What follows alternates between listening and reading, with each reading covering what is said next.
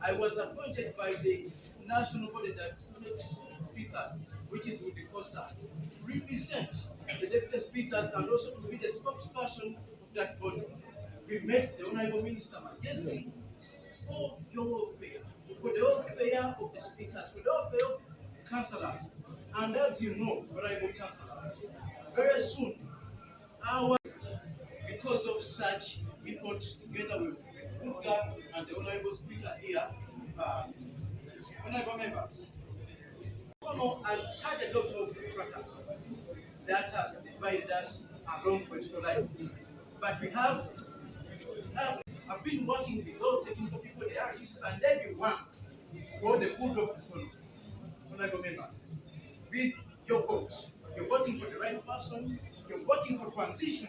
Because in Kono, as the whole country, we are in transit. We can transit now with a new speaker, not minding about our political parties, but for the good of Kono, and I know you're going to do it today. May God bless you.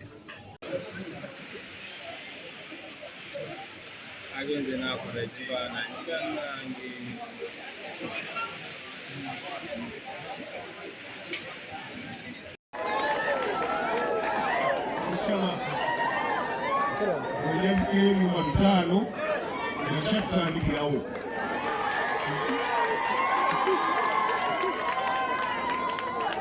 milange kulimanyi bana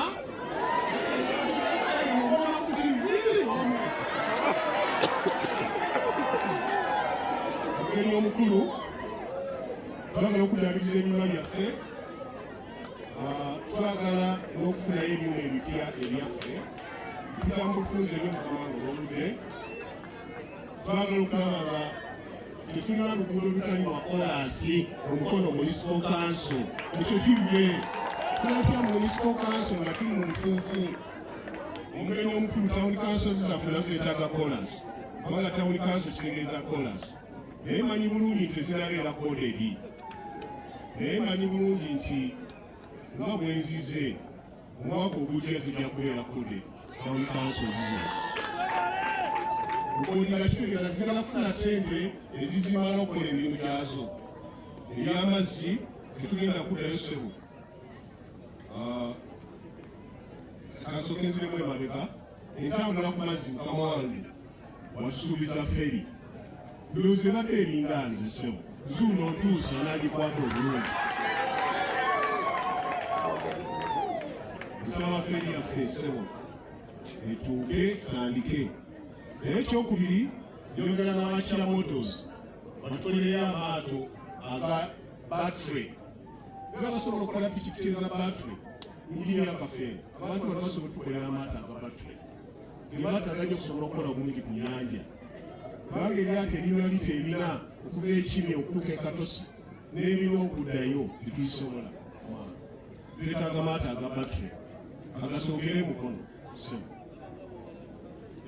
Ano kize naalisabye bannamukono tukolere wamu tutambulire wamu tube byetu byogenda okugamba nti ate owabira ssentebe ate olege nga ssentebe atandise okukola ate otumalire obudde ate otuuke tayimu otusasule kakati nze naalisabye naye segenda etawanya nnyo abalala waliwo abalala abakosebwa naye waliwo gwe manyire ddala ngu teyakosebwa ye mwami Ssenyonga nti yali tawezezza kalulu ayaweza akalulu ye ssentebe omulonde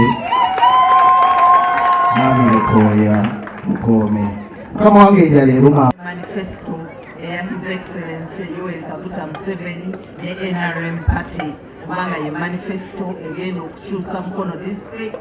Byonna gavumenti y'NRM yategeka mu manifesto ebya Mukono district mu ebiri, ate byonna ebiri mu National Development Plan ey'eggwanga Uganda nga bijja mu Mukono nabyo weebiri. N'olwekyo tukimanyi bulungi nga mutudde mu ntebe ng'okutte enkasi ne executive gy'otulaze ne speaker ne council ne kaawo ne ttiimu yonna eri technical, tetulinaayo nsonga yonna abantu gye bagenda okulaba oba okutegeezebwa nti tugaanye okukola kino kubanga tutya ewa minisita wa Works and Transport. Tugaanye okutereeza kino kubanga ffe tetugenda kwegayirira, like we normally siriwo kwegayirira. Gavumenti bweba tesobodde kindeetera sijja kukola. Ffe tetwetaaga with your leadership Mr. Lukoya and your executive and the council, twetaaga abantu abalobinga. Je Katumba for all the time babadde mu Ministry of Works and Transport, Mukono emukozesezzaako not even an eighth. No, kubanga singa tetwazze usanga tetwanditegedde nti amasannyalaze tegakola ki, tegaliiyo. Singa sazze ebinnya ebiri ku luguudo nno sandikoze ki, sandibiwulidde naye binkubye ne mbiwulira. Olwekyo yogeyoge ab'ebibiina ndabye ebibiina ebyenjawulo, ndabye NUP, ndabye Independent Loza ne Movement. Nze mwenna mbayozaayoza kubanga mwenna muli bannayuganda tera mwenna muzze kuweereza. Constitution ya Uganda mwe mulayiridde ye constitution emu ewa President Museveni obuyinza okulembera ensi eno emyaka emirala emeka? 5. Kakati bali abantu bagamba tajja kulayira mubyerabire kubanga constitution yamuwaki obuyinza.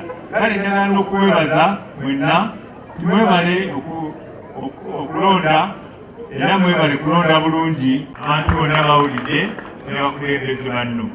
Bannange abakulembeze mwenna mu biti byammwe, oba oli wa NUP oba oli wa Movement, naye ng'olayidde olwaleero ozze kuweereza bantu, tozze kulwana, tozze kulemesa.